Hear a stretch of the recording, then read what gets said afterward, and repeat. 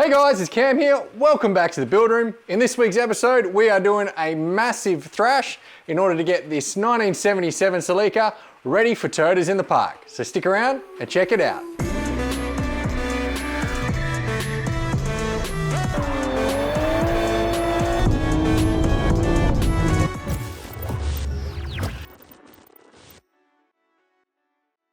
Right, so welcome back to my nightmare. I'm running on fumes. It is now 2:22 on Saturday, which means we have, what? 18 hours until we need to be loading Doofa on a trailer and heading down to turters in the park. So as you can see behind me, not much has changed. We've got the two doors. I've got to take the internals of that door and put them into this one. All of these parts on the ground, they were the things that I wanted to paint. Given how late in the day we are, I might have to make some concessions here. I definitely want to get the front fascia panels painted, but some of this interior stuff can really wait till later. It's not urgent to get that sort of stuff done. Also those pods for the inside, I'd really like to paint. Those are uncracked and have all the speaker grills in good condition. So apart from the fact that they were brown and they were painted black very poorly, they're actually in pretty good nick. So yeah, I wouldn't mind them looking good. Still got the bunch of mess. I've done nothing in here today at all. I've been trying to organize tow cars and also transplanting a frangipani, which is exactly what I needed to do today, but we have landscapers coming on Monday, so it had to be done. And this, I was so tired last night when I was editing that I said, and this is what the car looks like. And then I didn't actually put the shot in, but here it is.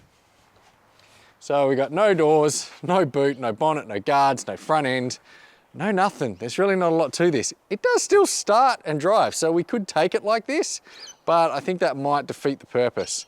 We've had to get the 240 out and we've got the Celica at the top of the driveway. Hence the reason why I'm wearing my Celica shirt.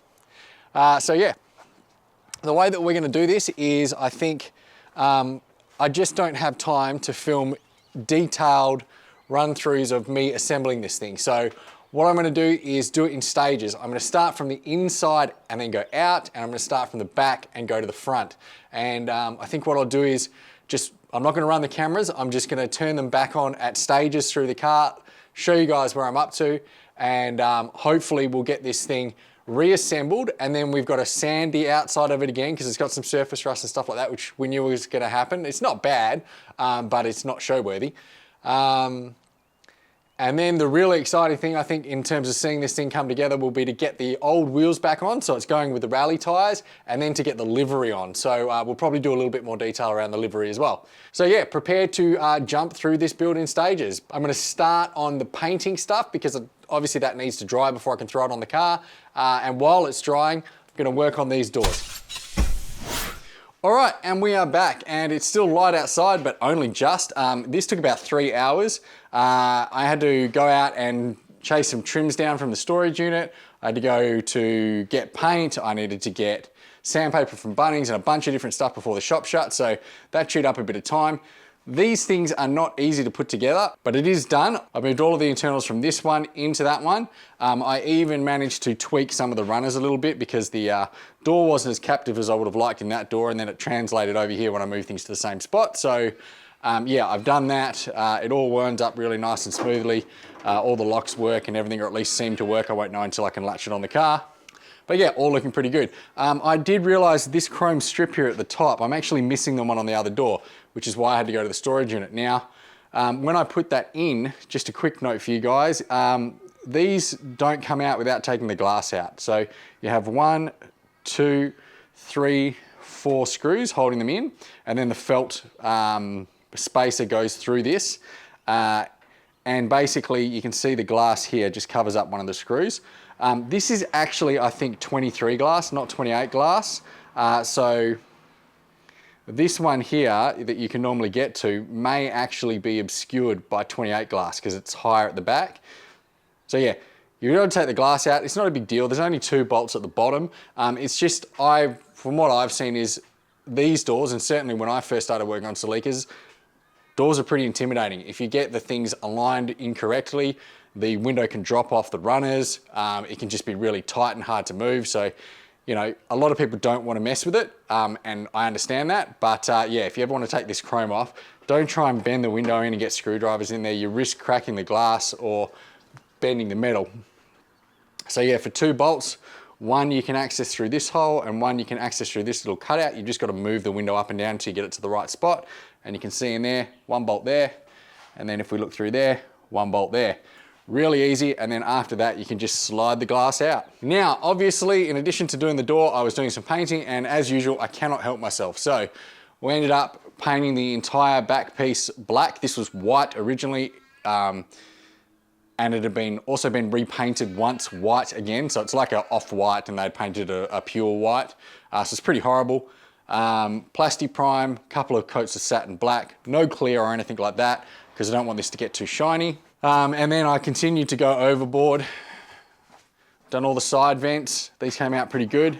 The good thing about these is you really don't even have to mask them up. Now I did mask them up, but anytime you get a little lift of overspray on this plastic chrome, you can just run over it later with some thinners. The way I used to do the C-pillar vents on the 23s and the 22s was paint the whole lot black and then just go through with thinners later and just wipe the fins off. And it would just pull the paint off, and then you clear coat over the whole lot and you've got perfect trim.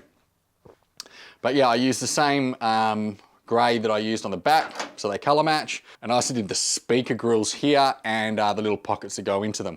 I sanded, but I haven't painted the front trim yet. I've still got to do that. It's pretty ugly, so I'm just going to do it in satin black. I was going to colour match it to the other ones, but I think if I have to prime, base coat, clear coat, and then it's going to look garbage because they're not straight, I might as well just paint them satin black and hide those sins. That one's not getting painted, I've decided. I will do the rings for the headlights when I do those. Again, satin black. I also even went all the way out here. I painted this metal cover black because the jack hardware cover is black, and the wooden piece that covers this is black as well, so I wanted it all to match because I just can't help myself. And that will come into play later.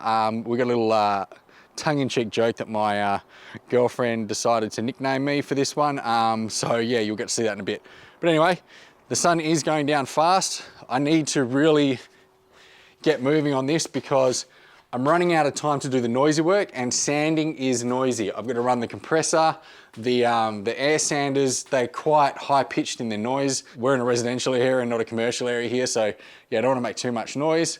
I do have an electric sander as well, but that's a pretty industrial unit as well. Again, high pitched whine. I've got a little palm sander, which isn't too loud, but it's not loud because it doesn't really do that much. So yeah, I'm gonna have to screen through this as quickly as I can. But now that all of this painting is done and the doors are done, I can just clear all this out, get the Doofa body into the garage and start cracking on with it. So let's get into that. I will update you guys again. What I think I'm gonna do is throw in some of the rear interior and then start sanding, and I'll just sand the body. All of these panels in here, as I said, are already sanded, and then we'll regroup at that point and I'll show you what it's looking like before we start putting the hanging panels on. All right, so it's looking pretty beastly. I had to change plans, so I brought the body in, started sanding on it, and it became pretty clear that it was going to take a long time. It's just before midnight now, and I just couldn't keep sanding too late into the night, so I put all the panels on and I've sanded them all down now so they're all sweet. And I gotta say, it's looking pretty damn good. I've still got to sort out the front of the car, so I put all the headlights in, the bonnet and all the hanging panels and that. None of them are aligned either, so I've got to line them all up to a rough degree. They don't have to be exact. Once they're lined up, then I can start putting the interior in because it's still, the cupboard is well and truly bare. And once the interior is in, put the front together, and then we'll start on the graphics. And yeah, I have a feeling we're gonna have to make some sacrifices because it's midnight now. This thing's got to be loaded onto the car trailer in 8 hours, and I don't really want to spend the next 8 hours in here with it. I would like some sleep before Turtles in the Park. So I'm gonna keep pushing on, and I'll check back in a sec. All right, so it's looking very much the same on the outside as last time. It's now 4:32 a.m. This is getting ridiculous. But we now have an interior.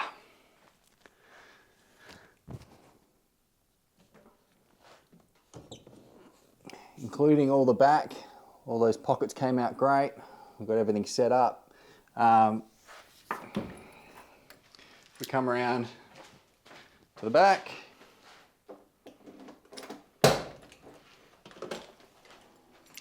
we even managed to get the boot sorted out so it looks sweet. And yes, I couldn't help myself. I painted that black, and that being green in the middle is driving me insane.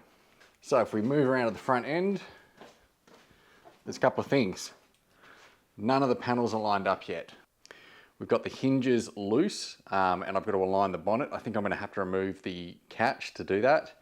And then once that's aligned, I will line up the quarters and get them bolted in place. And then we can work on putting the headlights and the rest of the front fascia together and getting a bumper on there. I reckon that's another couple of hours of work, which is gonna bring us to 6:30, and that means I've got about an hour to do graphics. So I don't know what to do here, but I'm just gonna keep pushing through and we'll see how quickly we can get it done. Keep your fingers crossed we make it. All right, so we have headlights, grille, fascia panels, front valance. We don't have a rad support, but who cares? And we don't have a bumper. I'm gonna put a bumper on it. I'm just not gonna do it right now. It is 5:45 now, so I have about an hour or an hour and a half to get as many graphics as I can on this thing. I don't have a squeegee. I have no idea where mine has gone, so we are just gonna have to do the best that we can with what we've got, and hope we don't mess these graphics up too badly. I'm not gonna show you the process of putting the decals on, just don't have time. We gotta push through this, and I'll show you the finished product when we're done. All right, guys, morning has broken, and so have I, but here is the big reveal. Drum roll, please. We are going for an aviation theme. This thing started to look like a plane as I stripped it back to bare metal, and Top Gun Maverick's out. So, you know, it's period correct, or it's pop culture appropriate. We have the Tomcat riding an AIM 54, chasing a MiG, and on the side, we have the Flying Tiger Shark Jaws. And then down the side, there's some more livery, but we really need to get this out in the driveway for you to see that. Now, I don't have time to do a full walkthrough, so what I'm gonna do now is I'll get some footage of it in the driveway and loading it onto the truck. We're gonna take this thing to Toyotas in the park, and then we will regroup from there.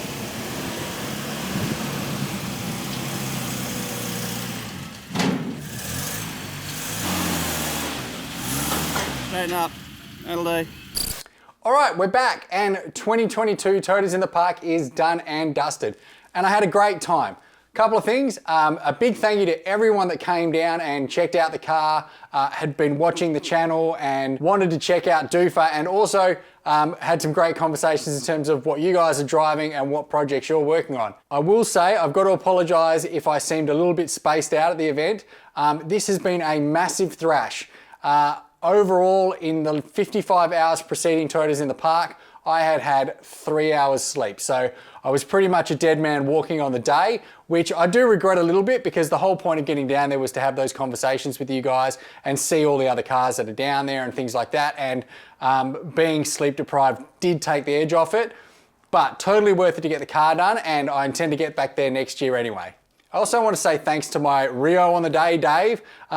He basically got down here, helped me load up the car, kept me sane, kept me entertained throughout the day, and fed and watered, and then also helped me unload the car and pack up at the end of the day. So big thanks to him, and also a big thanks to Kelly, because for the week preceding Toyotas in the Park, I was pretty much a zombie. The house was an absolute tip because I just kept putting stuff everywhere and unpacking more and more and picking up more parts and all that thing. So she put up with a lot, and then she came down on the day as well and also brought snacks with her, which is a massive win. I didn't have the presence of mind, which I should by now, to get the camera out and do some decent shots of all the cars that were there, including mine.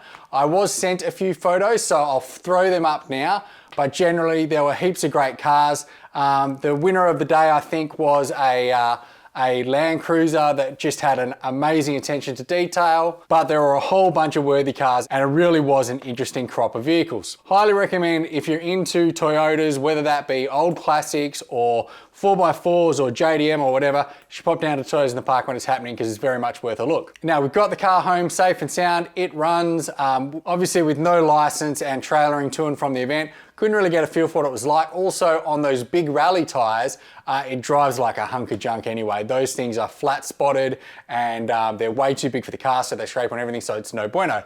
Which is the thing that we're about to solve now. So I'm about to jump in this thing. I have a permit to move it and we are taking it to get new tires. So we're gonna say goodbye to the rally tires and bring in a new set of passengers that should be a lot nicer to ride on. But yes, that does mean our first proper drive on the road, so we get to see what this thing's really gonna be like. Now it's only gonna be a short drive, but I'm sure it'll be fun, so let's get into it. Oh, and before we do that, I just want to show you guys one thing.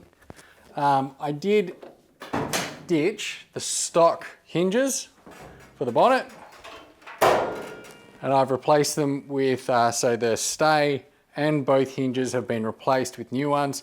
Now I should probably paint these, but I didn't because I didn't have time. But so far so good. These are from a guy named Kasek Embem. I found him on Instagram.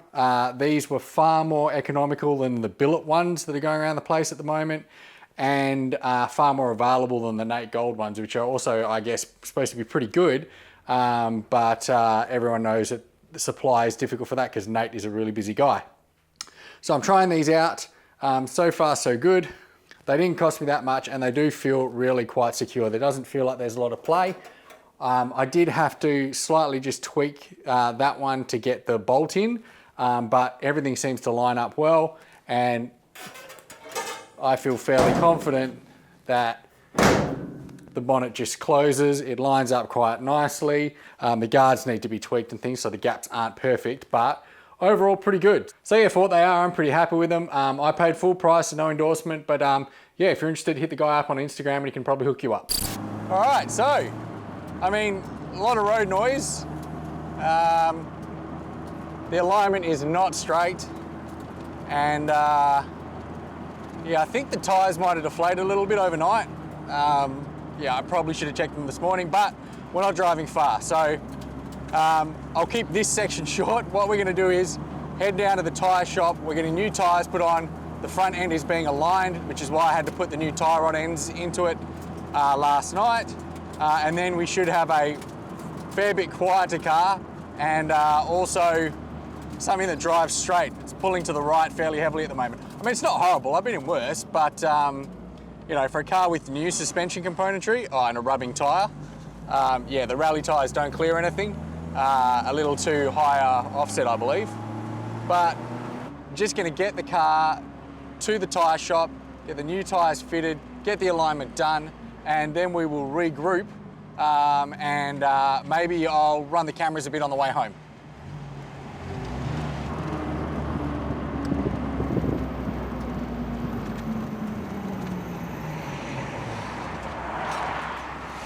All right, and this is the point where I forgot to turn the camera mic on, so I can show you that we have the new tires on the car. They are Hankook Kinergy Eco 2s. To be honest, they don't look that impressive, but we've got what we got. The idea is this will get us over the pits, and long-term these tires and wheels won't be staying on the car. So yeah, now that they're on, let's see what this thing's like on the road. All right, so we're on bingo fuel. We're gonna have to sort that out on the way home.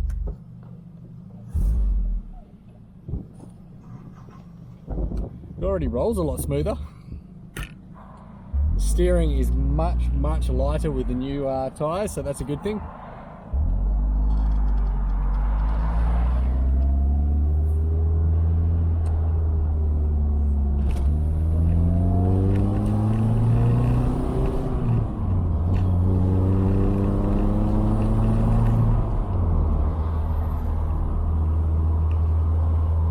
Drives pretty good at 70 k's an hour.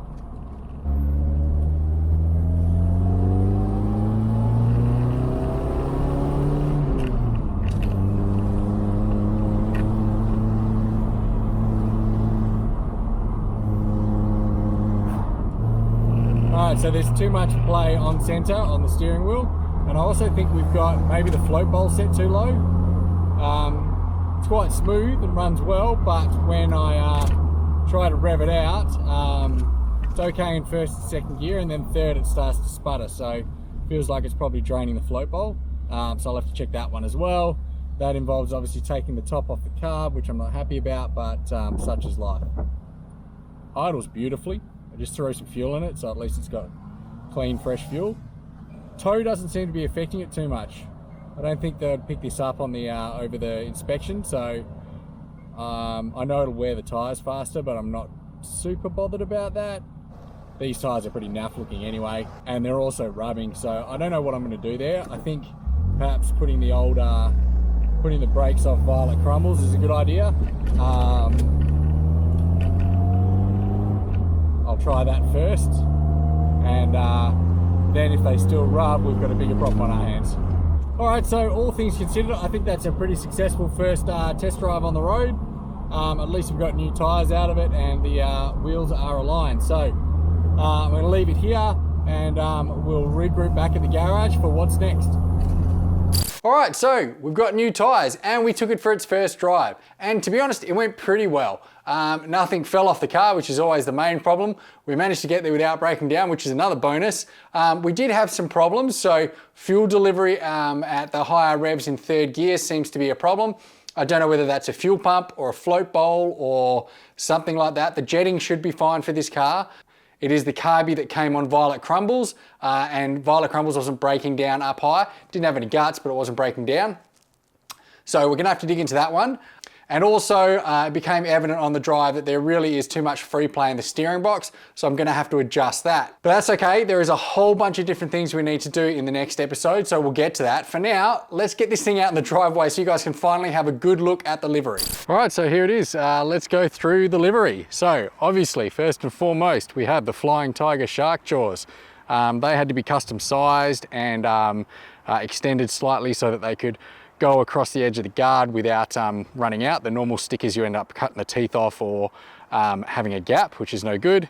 Also changed the eyes to make them a little bit more angry. We've got the navy roundel on the quarters, a rescue sticker, and the tail number of 028, obviously, and jet fuel only.